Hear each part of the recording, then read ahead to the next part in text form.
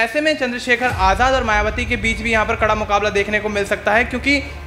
चंद्रशेखर आज़ाद भी इन 10 सीटों पर, उपचुनाव वाली 10 सीटों पर ऐलान कर चुके हैं प्रत्याशियों को लड़वाने का। और आपने गौर किया होगा कि पहले कभी भी मायावती ने उत्तर प्रदेश की राजनीति में उपचुनाव कभी नहीं लड़ाए, लेकिन यहाँ पर देखा जा सकता है कि लोकसभा चुनाव में जो करारी हार हुई है उसके बाद कहीं ना कहीं मायावती ने बहुत सोच समझ कर ये निर्णय लिया है, और ये निर्णय हो सकता है आने वाले समय में उनके लिए कारगर साबित हो। क्योंकि नमस्कार, मैं हूं माही सिंह और आप देख रहे हैं नेक्स्ट 9 न्यूज। आज आपका बहुत बहुत स्वागत है हमारे खास प्रोग्राम रंग बदलती राजनीति में। आज बात करने वाले हैं यूपी की सियासत को लेकर। जिस तरीके से चंद्रशेखर आजाद ने नगीना सीट पर बाजी मारी है, माना यही जा रहा है कि आने वाले दिनों में बड़ी बड़ी पार्टियों के छक्के छूट सकते हैं। जी हां, आपको बता दें, चंद्रशेखर आजाद लगातार अब कहीं ना कहीं अपनी पैठ राजनीतिक तौर पर भी बनाते हुए नजर आ रहे हैं। वहीं मायावती का जो वर्चस्व है वो लगातार गिरता हुआ नजर आ रहा है। अब क्या मायावती किस तरीके से पैतरे आजमाती हुई नजर आएंगी? क्या इंडिया गठबंधन का रुख करेंगी या फिर भारतीय जनता पार्टी की तरफ जो उनका एक सॉफ्ट रुख देखने को मिलता है वो देखने को मिलने वाला है? ऐसे में चंद्रशेखर आजाद लगातार अपनी कहीं ना कहीं पार्टी की जो एक सत्ता है वो बढ़ाते हुए नजर आ रहे हैं, लेकिन वहीं अगर पूरा समीकरण देखा जाए तो अब उनके पक्ष में जाता हुआ दिखाई दे रहा है। लेकिन वहीं मायावती जिस तरीके से उनका गिरता हुआ जनाधार, आकाश आनंद की एंट्री, लेकिन कुछ ऐसा कमाल देखने को नहीं मिल रहा है कि ये मान लिया जाए कि अब दलितों के नेता के तौर पर मायावती फिर से उभर सकती हैं। आज इन्हीं तमाम मुद्दों पर चर्चा करेंगे और जानेंगे कि यूपी की सियासत किस तरफ जाती हुई नजर आ रही है। हमारे साथ मनीष मौजूद हैं, इनसे जानते हैं। मनीष, आपको क्या लगता है कि इस बार मायावती ने जिस तरीके से शिकस्त खाई है, तो क्या लगता है कि आने वाले दिनों में चंद्रशेखर आजाद को बीट कर पाएंगी और फिर अपना वही खोया हुआ जो अस्तित्व है, जो उनका जनाधार है, उसको वापस ले पाएंगी?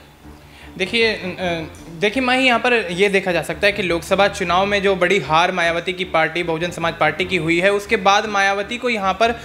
ज़रूर यहाँ पर सख्त होने की ज़रूरत है और यहाँ पर एक्टिव होने की ज़रूरत है, क्योंकि लोकसभा चुनाव के बाद अब उपचुनाव का माहौल बनता हुआ नजर आ रहा है उत्तर प्रदेश में, और उपचुनाव 10 सीटों पर उपचुनाव होने वाला है। तो अब ऐसे में अगर मायावती कोई बड़ी रणनीति बनाती हैं, जो कि लोकसभा चुनाव में जो रणनीतियाँ बनाई थी उनसे बेहतर रणनीति बनाने में कामयाब होती हैं, और जिस तरीके से देखा जा रहा है आकाश आनंद की वापसी होती है पार्टी में और यहाँ पर उन्हें दोबारा जिम्मेदारी सौंप दी जाती है, तो यह भी हो सकता है कि आकाश आनंद की वापसी होने से, यहाँ पर आकाश आनंद के दोबारा वापस आने से कहीं ना कहीं पार्टी को एक मजबूती मिले और आने वाले जो विधानसभा के उपचुनाव हैं उसमें कहीं ना कहीं पार्टी यहाँ पर कुछ सीटें निकालने में कामयाब रहे। अगर यहाँ पर पार्टी सीटें निकालने में कामयाब रहती है तो आने वाले विधानसभा चुनाव 2027 में मायावती का रास्ता साफ होता हुआ नजर आएगा, और जो उनकी राजनीति का वर्चस्व जो खो गया है लोकसभा चुनाव के दौरान बड़ी हार के बाद, ऐसे में वो वर्चस्व वापस लौट के आता हुआ नजर आएगा। और यहाँ देखा जा सकता है जिस तरीके से चंद्रशेखर आजाद एक्टिव होते हुए नजर आए, नगीना लोकसभा सीट से बड़ी जीत दर्ज की है उन्होंने, तो ऐसे में चंद्रशेखर आजाद और मायावती के बीच भी यहाँ पर कड़ा मुकाबला देखने को मिल सकता है, क्योंकि चंद्रशेखर आजाद भी इन 10 सीटों पर, उपचुनाव वाली 10 सीटों पर ऐलान कर चुके हैं प्रत्याशियों को लड़वाने का। और आपने गौर किया होगा कि पहले कभी भी मायावती ने उत्तर प्रदेश की राजनीति में उपचुनाव कभी नहीं लड़ाए, लेकिन यहाँ पर देखा जा सकता है कि लोकसभा चुनाव में जो करारी हार हुई है उसके बाद कहीं ना कहीं मायावती ने बहुत सोच समझ कर ये निर्णय लिया है, और ये निर्णय हो सकता है आने वाले समय में उनके लिए कारगर साबित हो, क्योंकि उपचुनाव की जो 10 सीटें हैं उन पर अगर चुनाव लड़वाती हैं तो अगर 2 से 3 सीटें भी यहाँ पर निकालती है मायावती की पार्टी बहुजन समाज पार्टी, तो यहाँ पर यह देखा जा सकता है कि आने वाले जो विधानसभा के चुनाव है 2027 में जो होने वाले हैं उसको लेकर यहाँ पर बड़ी रणनीति बनाती हुई मायावती नजर आएंगी। और आकाश आनंद जिस तरीके से वापस लौटते हैं, पार्टी उनको पार्टी प्रचारक बना दिया जाता है, स्टार प्रचारक बना दिया जाता है, तो यहाँ पर देखा जा सकता है कि आकाश आनंद के लौटने से अगर दोबारा यहाँ पर खोया हुआ वर्चस्व लौटता है तो ऐसे में देखा जा सकता है मायावती आने वाले समय में एक बड़ी पार्टी, जिस तरीके से उनके सीएम रहते हुए उत्तर प्रदेश में बड़ी पार्टी बनकर बहुजन समाज पार्टी उभरी थी, तो ऐसे में दोबारा से एक बार उनका उभरता हुआ वर्चस्व यहाँ पर आता हुआ देखा जा सकता है। जी बिल्कुल। ऐसे में लेकिन मनीष, ये सवाल खड़ा होता है कि मायावती जिस तरीके से सदी हुई राजनीति करती हैं, हमेशा से उनका एक जो भाषण होता है वो बहुत नपे तौल पर होता है, तो ऐसे में अभी एक बयान आया है चंद्रशेखर आजाद का नमाज पढ़ने को लेकर। तो अब जिस तरीके से उन्होंने एक कंट्रोवर्शियल ये दिया है, बयान दिया है, उन्होंने साफ तौर पर ये कहा कि जब 10 दिन में कांवड़ यात्रा चलती है तब हिंदुओं को कोई परेशानी नहीं होती है, लेकिन अगर 20 मिनट कोई दिन जिनका नमाज पढ़ना चाहता है, तो वो उसको लेकर सबको आपत्ति क्यों होती है? तो क्या चंद्रशेखर आज़ाद अब मुस्लिमों को राजनीति करने लगे हैं? क्या उनको टारगेट करने के लिए, उनका वोट बैंक साधने के लिए इस तरीके की बात कहते हुए नजर आ रहे हैं, या खुद को सेकुलर बताने की कोशिश कर रहे हैं? क्या उनका एक रवैया देखने को मिल रहा है इसके पीछे? जी बिल्कुल माही, यहाँ पर देखा जा सकता है चंद्रशेखर आज़ाद ने जिस तरीके से जीत दर्ज की है तो यहाँ पर दलितों का बहुत उनको सपोर्ट रहा है। तो ऐसे में अब दलितों को तो उन्होंने साध लिया है किसी न किसी तरह लोकसभा चुनाव में, तो अब वो चाहते हैं कि यहाँ पर अल्पसंख्यक समुदाय को साधा जाए, मुस्लिमों को साधा जाए, क्योंकि उत्तर प्रदेश में मुस्लिम वोटर्स जो है वो बहुत बड़ी और अहम भूमिका निभाते हैं अक्सर। और ऐसे में देखा जा सकता है कि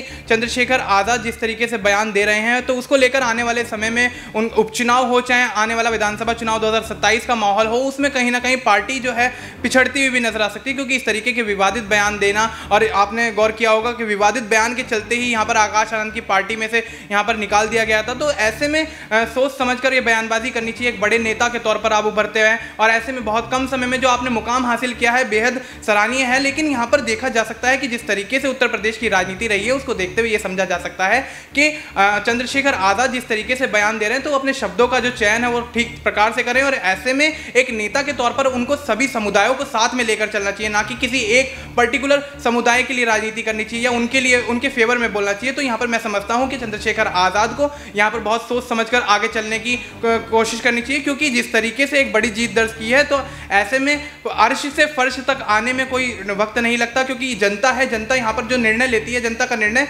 बेहद यहाँ पर खतरनाक भी साबित हो सकता है। क्योंकि आपने देखा जिस तरीके से पिछले लोकसभा चुनाव में यहाँ पर उत्तर प्रदेश में 62 सीटों पर भारतीय जनता पार्टी जीत दर्ज करती हुई नजर आई, लेकिन अब 33 सीटों पर सिमट जाती है। तो यहाँ पर बड़े बड़े वादे, बड़े बड़े जुमले और तमाम बयानबाजियों के चलते भारतीय जनता पार्टी जो है फंसती हुई नजर आई, और ऐसे में यहाँ पर पिछड़ती हुई नजर आई। तो ऐसे में चंद्रशेखर आज़ाद को इस चीज से सबक लेना चाहिए, और इस तरीके की बयानबाजी जो वो करते हुए आए हैं, इस तरीके की बयानबाजी पर रोक लगानी चाहिए कि अच्छे नेता के तौर पर, एक अच्छे सांसद के तौर पर अपने लोकसभा क्षेत्र की और तमाम यूपी में जहां पे भी वो चुनाव लड़ना चाहते हैं उन क्षेत्रों में यहाँ पर अच्छी तरीके से बयानबाजी करना चाहिए, लोगों के मन की बात समझनी चाहिए, लोगों को साथ लेके चलना चाहिए। जी बिल्कुल। ऐसे में अब अगर एक सवाल और देखा जाए, इस बार जब संसद में चंद्रशेखर आज़ाद मौजूद थे और उनका जो एक सॉफ्ट रुख देखने को मिला है वो अखिलेश यादव के लिए, पहले जब नगीना सीट पर अखिलेश यादव उनको टिकट नहीं देते हैं तो कहीं ना कहीं वो एक थोड़ा सा नाराजगी देखने को मिलती है, लेकिन जब से अब ये संसद में नगीना सीट पर जीत दर्ज करके पहुंचे तब से अखिलेश यादव का भी रुख उनके तरफ बदलता हुआ नजर आया।